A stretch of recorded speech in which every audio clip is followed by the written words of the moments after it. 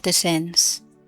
Gusto ko lang i-share itong pinagdadaanan ko ngayon kasi sobrang bigat sa dibdib. Ewan ko kung normal ba to o masyado lang akong sensitive. Pero grabe yung tama sa akin ng usapan namin ni Lola kanina tungkol sa internship ko. To give you a bit of context, happy naman ako sa narating ko ngayon. Pinaghirapan ko talaga to mula sa pagpasa ng requirements, pag-aaral, hanggang sa pagpupuyat. Kahapon lang, proud na proud ako sa sarili ko. Finally, nagbubunga na yung mga pinagpaguran ko over the years. Pero, biglang nag-iba yung ihip ng hangin nung napag-usapan na namin yung tungkol sa pinsan ko. Ayun, mas mataas yung sahod nung sa kanya. Mas maganda yung naging offer niya.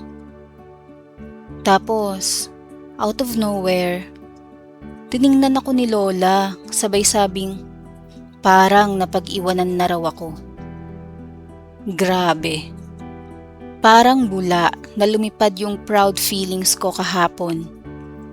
Ang bigat-bigat lang sa pakiramdam na sa isang simpleng komento, parang naging kulang o hindi sapat lahat ng pinaghirapan ko.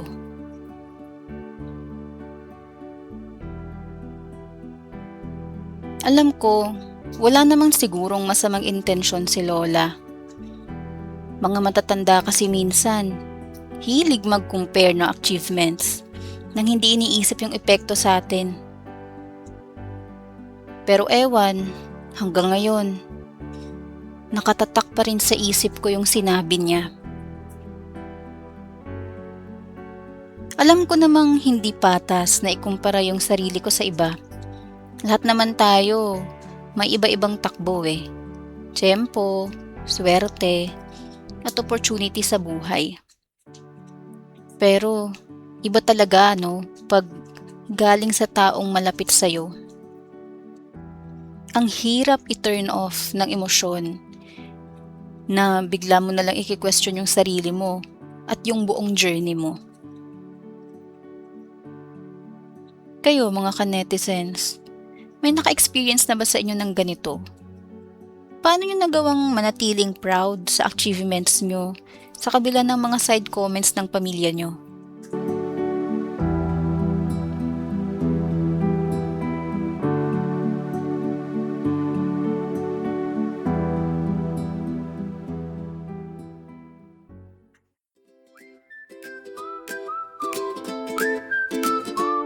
Hello mga ka-netizens, yan nga yung binasa nating kwento para sa araw na to, Ang masasabi ko lang, huwag kang magpa-apekto sa sinasabi ng iba tungkol sa'yo.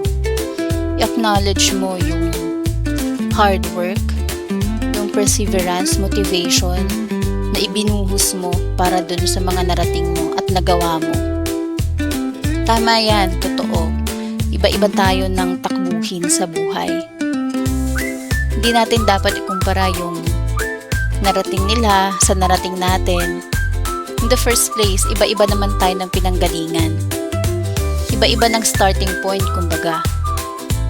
Iba-iba ng mga available resources nung nag-uumpisa. So, sa una pa lang, wala naman dapat comparison Basta mabuhay ka ng sayo nang wala ka namang naargabyadong ibang tao na masaya ka doon sa journey mo. Sa ngayon na nasasaktan ka, i-acknowledge mo lang yung sakit kasi hindi natin makokontrol yung isipin ng ibang tao sa atin. Pero yung emosyon natin, yun ang kaya nating kontrolin. Mas magandang i-priority ang peace of mind. Mag-set ka ng boundaries mo na hanggang dito lang. Paglagpas na doon, it's either mag-react ka o alisin mo na yung sarili sa sitwasyon. Lagi mong tandaan na kung hindi man maging proud yung ibang tao sa'yo, meron at meron kang sarili mo para maging proud sa achievements mo. Kasi at the end of the day, ikaw lang din naman ang nakakaalam kung gaano mo pinaghirapan na ma-achieve yung goal mo. Kayo mga ka-netizens, may mga ganito ba kayong experiences sa mga family gatherings?